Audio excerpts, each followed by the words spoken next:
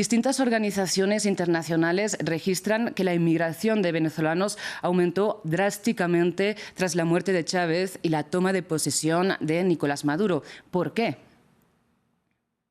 Pues buenas tardes. Esto se debe, entre otras cosas, a factores económicos y factores económicos que no necesariamente están relacionados con el ascenso al poder de Nicolás Maduro, sino que tienen también mucho que ver con la propia política económica de Hugo Chávez y muy particularmente con la política petrolera.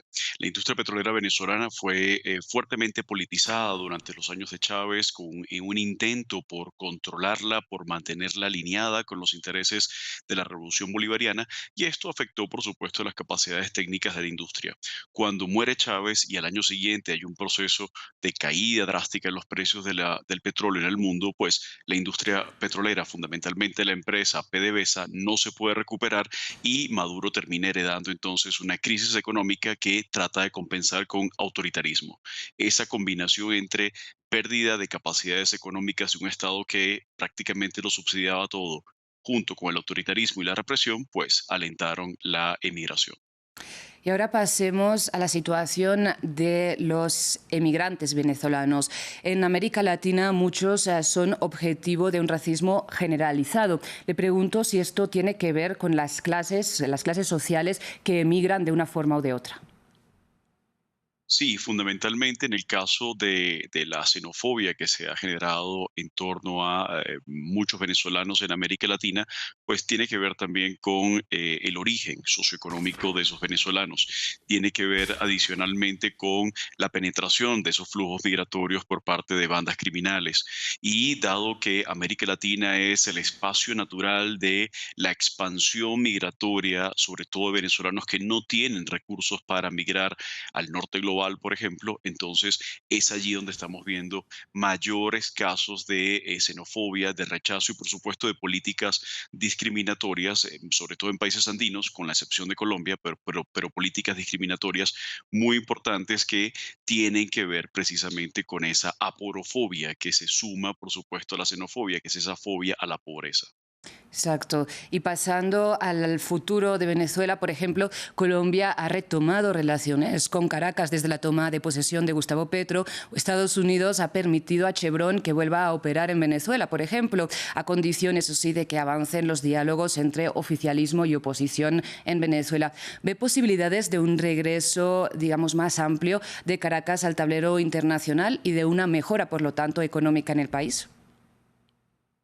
Pues ya está regresando Venezuela a ese tablero internacional y particularmente el tablero de Occidente y de América Latina, fundamentalmente de la mano de Colombia, pero también de otros países como México, por ejemplo, Argentina, Brasil. En el caso de Chile no es así. El presidente Boric tiene una distancia muy marcada y unas objeciones muy fuertes en contra del gobierno de Nicolás Maduro, pero sí hay una reapertura, una reinserción de Venezuela en el marco de la política latinoamericana y occidental. Y esto pues se refleja en estos permisos que se le dan a empresas petroleras como Chevron, la estadounidense, para que siga operando, a cambio, por supuesto, de alguna flexibilización política. No creo necesariamente que esto vaya a llevar a un proceso, al menos no en el corto o mediano plazo, a un proceso de apertura política, pero sí quizás de cierta flexibilización de las condiciones, sobre todo para los llamados presos políticos, para la operación mucho más libre de de la oposición, pero ya estamos viendo en paralelo que se están desarrollando normativas que van a regular y van a limitar la actividad de las organizaciones no gubernamentales extranjeras en el país. Entonces, estamos viendo en realidad una reinserción sin necesariamente una democratización, pero adicionalmente estamos viendo una economía que es muy frágil todavía, una economía que sigue siendo muy dependiente del petróleo, pero con una industria petrolera que no tiene la capacidad del pasado. Y entonces esto hace que la sociedad y la economía venezolana estén en una situación de constante crisis de la cual no terminan de salir. Y para cerrar, Víctor, tal y como empezábamos con esta década de la muerte de Hugo Chávez, le pregunto cómo entender que pese a la crisis que atraviesa el país, que usted ha atribuido, entre otras cosas, a la estructura política creada por Chávez, él siga siendo el político más valorado de Venezuela.